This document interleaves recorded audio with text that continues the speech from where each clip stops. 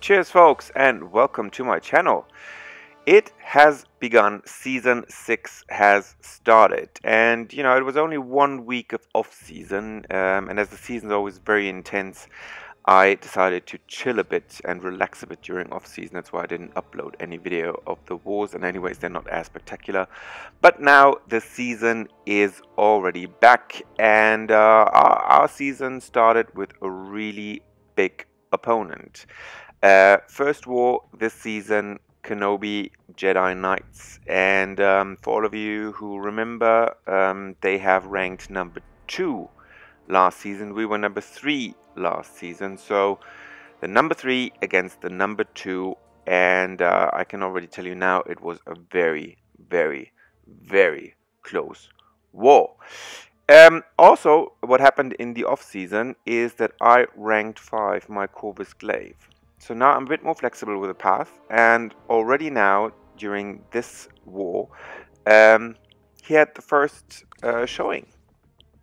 I was assigned path 1, and as you know, there's also the poison node on that path, and because we didn't 100% know, we knew it was a skill champ, but I didn't 100% know which skill champ it was, so I brought 2 alternatives, which is Dormammu and Iceman, and the rest of the path was to be done with Corvus Glaive. So that was my team, a totally new team. From last seasons I did most of my path with Void, actually, Void and Blade, so none of those 2 this time, and yeah, a totally new experience for myself, but also one that gives me much more flexibility on the wars moving forward. And as you know, Corvus Glaive gains permanent charges for 4 different missions that he can accomplish, knocking mutant champs, tech champs, avengers, and evading champs. So scouting the path here on the left side, already the first champion that was met was a mutant champion, and on this node number 19, which is a critical hit node, a lot of critical buffs, enhanced crit rate, enhanced crit damage, crit being more effective. It's good to gain the first charge for Corvus Glaive by knocking out the mutant champion, and because it was such an important war against the number 2 of last season, of course every death counts. That's the motto also of this season: every death counts, so of course it's going to be a boost. And the first champ on this node turned out to be a new one of the new mutant champs, Omega Red. Omega Red, I think personally, still quite easy to fight. The only thing you have to watch is here you see below my health bar is this sort of danger field, and you may not get more than 10 charges. As soon as you have more than 10 charges, you start to degenerate life. But this special 1 here, quite easy to evade. Then you counter, wait again for his special 1, and counter again, and then 1 special 2 with Corvus, and you have to make sure that you fire off the special 2 as long as Corvus still has the glaive charges, and then everything will be critical, and that is already enough to have Omega Red down. So good warm-up fight, and already the first charge for Corvus Glaive, which was very helpful, especially on the way to actually later the mini-boss, who is a Stark Spider-Man. And now the next node, node 25, is what I've been talking about before, a skill champion. And for all of you who've already seen war videos of me in the past, I've taken that node a couple of times. So it's a node that inflicts poison, draining 100% of your health over 60 seconds unless you're poison immune. And then poison abilities are even enhanced because they are 40% more effective. And on top, this node has 250% attack and 150% extra health, and power is drained every 25 seconds. That you have to be aware of. And I decided in the end to fight it with Dormammu, and I actually took dexterity off for this fight. if you wonder, because it was clear by the stats that I had through Scouter Lens that this is going to be a Korg. Now the good news and the reason why I fight Korg with Dormammu is that Dormammu's attacks, all Dormammu's attacks are energy based. His medium, his light attacks are energy attacks, not physical attacks.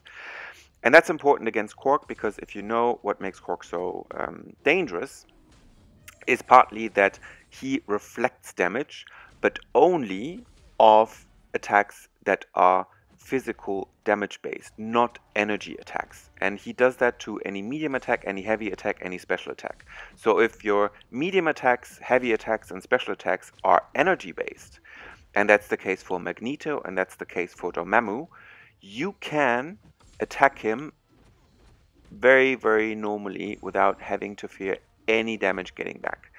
So what I do when I fight him is I let him hit my block when he has Rock Shield on, and I evade his heavy attack, and then I counter with the medium and light attack combos. When he has Rock Shield down, I can actually parry stun him and try to power control him. I try to power control him during the entire fight with Dormammu, always using my 5 combos and also trying to use my special 2. I mean, on this node, you're losing power every 25 seconds, so I don't always get to my special 2, but it doesn't really matter.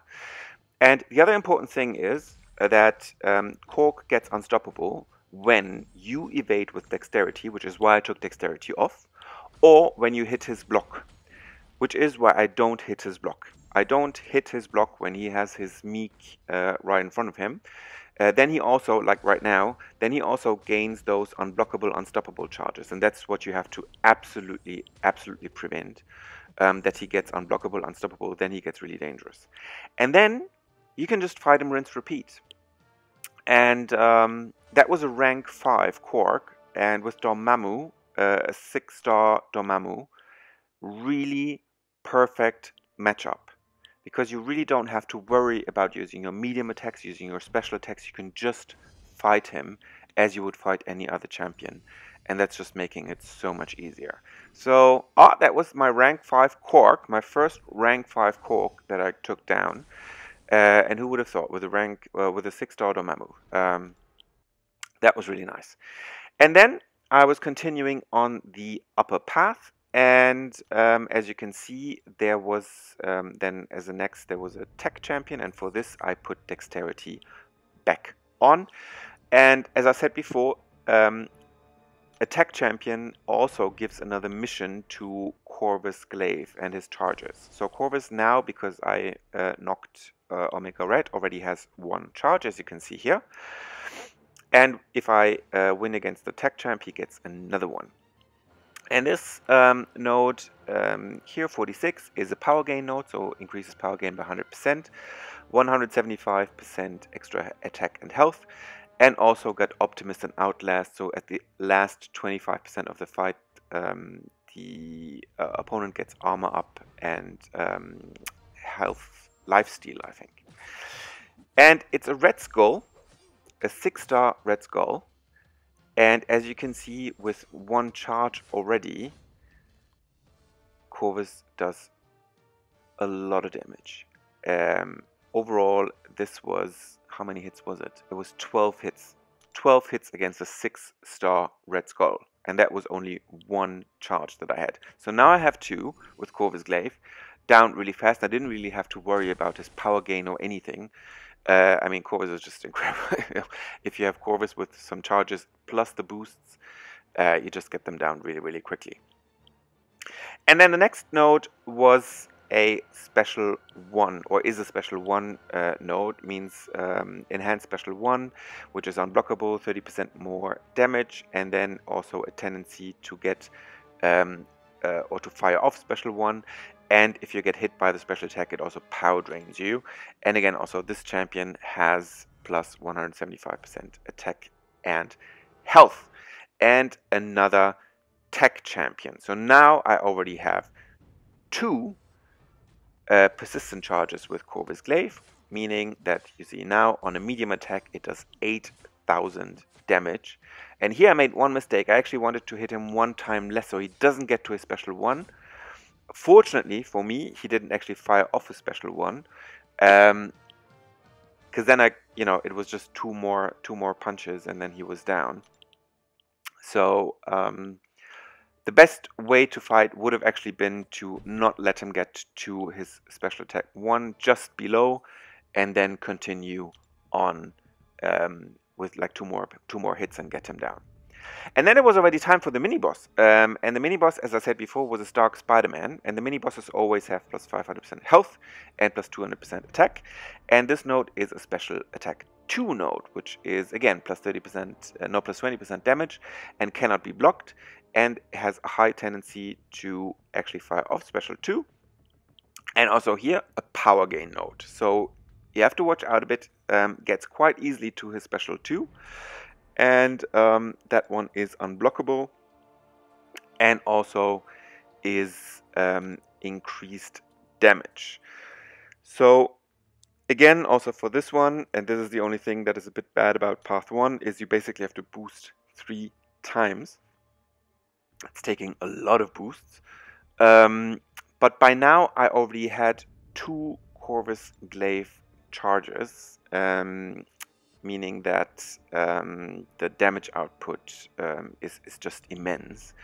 And what you do on this node, even though it's a special 2 node, you still try, and I tell you, in 90% of the cases it works really fine, you try to have that opponent still fire off special 1 attacks. I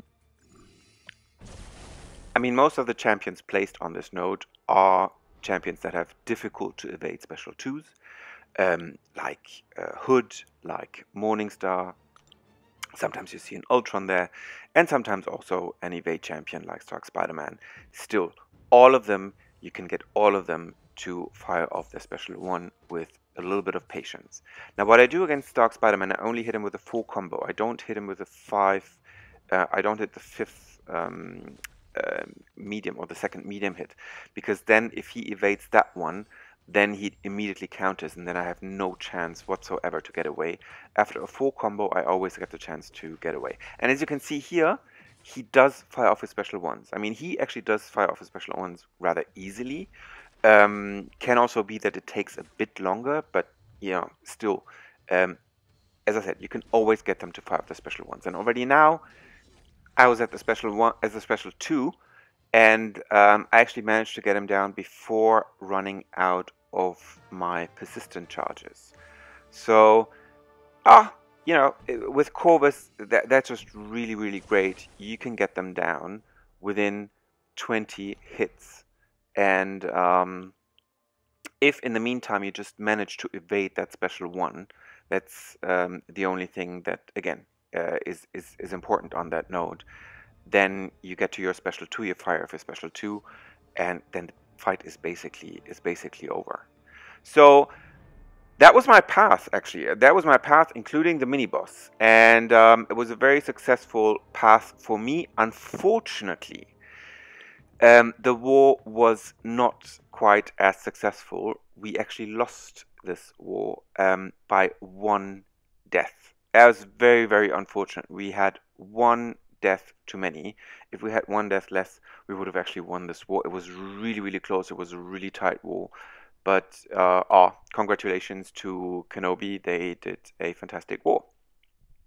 Still, it was the first war of the season, so everything is possible still in this season, and we are still aiming at a top 3 position. And stay tuned to see how it goes in the next wars, and I promise you will see a lot more victories coming up. And if you liked the video, give it a like. If you are new to the channel and would like to see more war videos like this in the future, hit the subscribe button, and I hope to see you on my channel very soon. Cheers, folks!